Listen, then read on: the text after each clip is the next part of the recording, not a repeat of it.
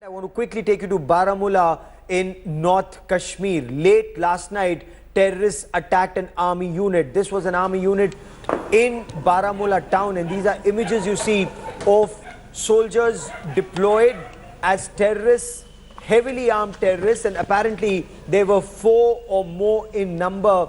They attacked the front gate of the 46th Battalion of the Rashtriya Rifles. There was a grenade attack, following which the army opened fire. Another group of terrorists tried to infiltrate from the rear entrance, the rear side of the battalion headquarters.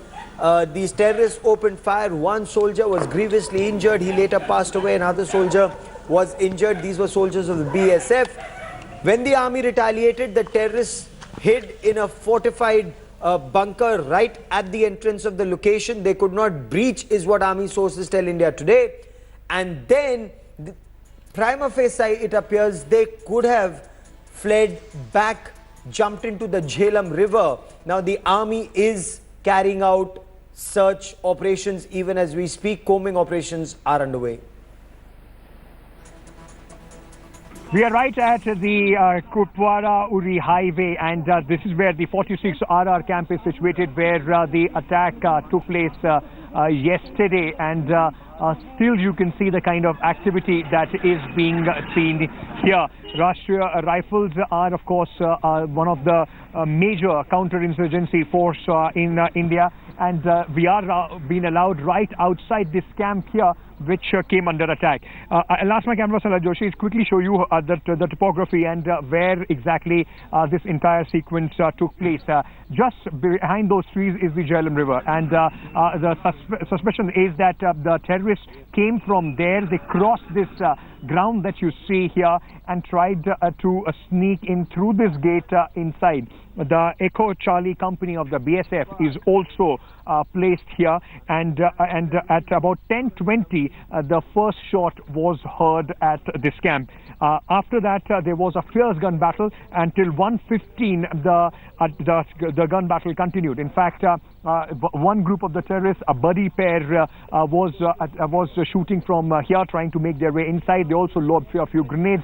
On the other side was another group of terrorists, those who kept firing, kept trying to engage the security forces.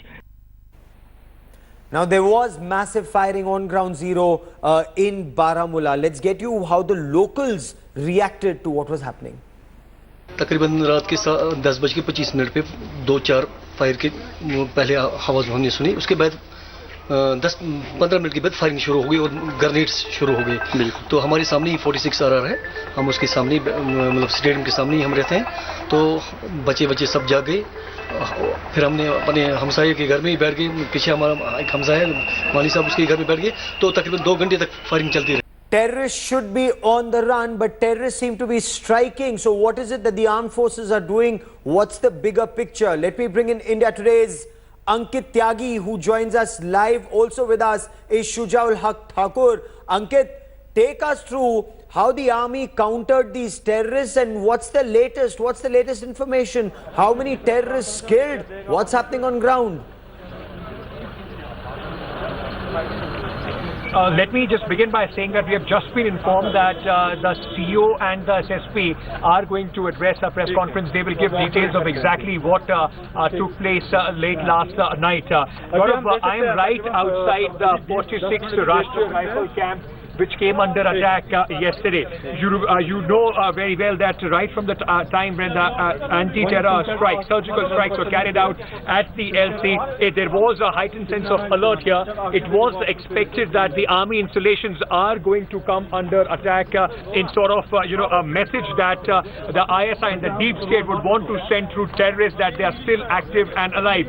Now, what happened yesterday was, and my camera person Lalit Joshi will try and show you the exact location from where we have been told that the terrorists tried to sneak in. Right behind those trees is the Jhelum River, and these terrorists, which the number has not been ascertained yet, but what we have been told by security forces is this number numbered between 4 to 6. They came in 2 teams. There was a buddy pair, 2 people. They just went across this very ground, and from here is the first line of defense on this Kupwara-Uri highway of the 46 RR. They tried to go inside.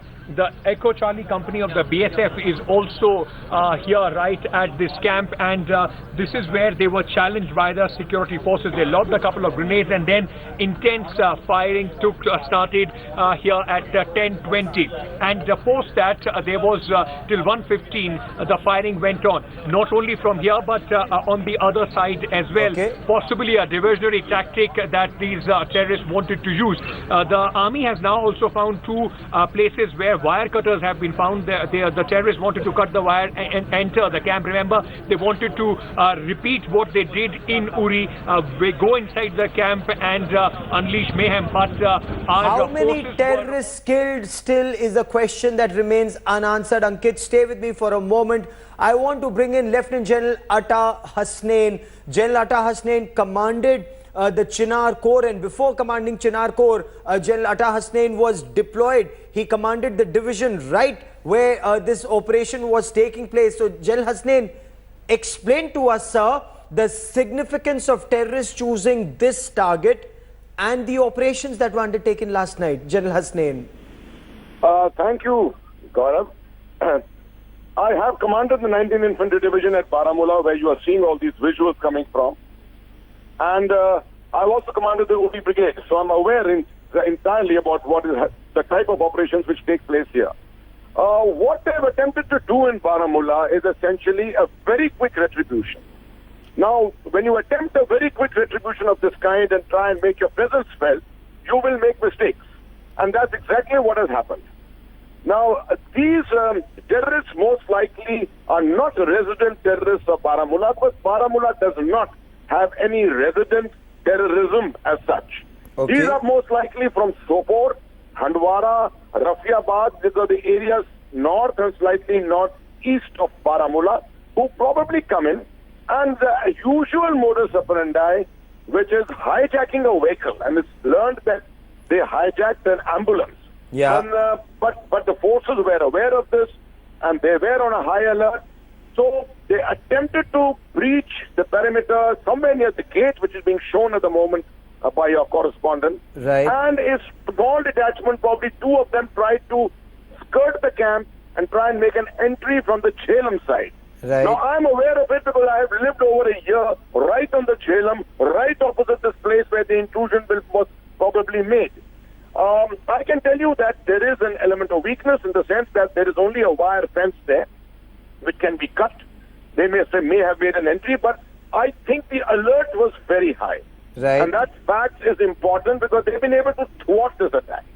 What I want to emphasize for your viewers, Gaurav, is that when so-called Fidain, first of all, do not call this an attack. This is not an attack.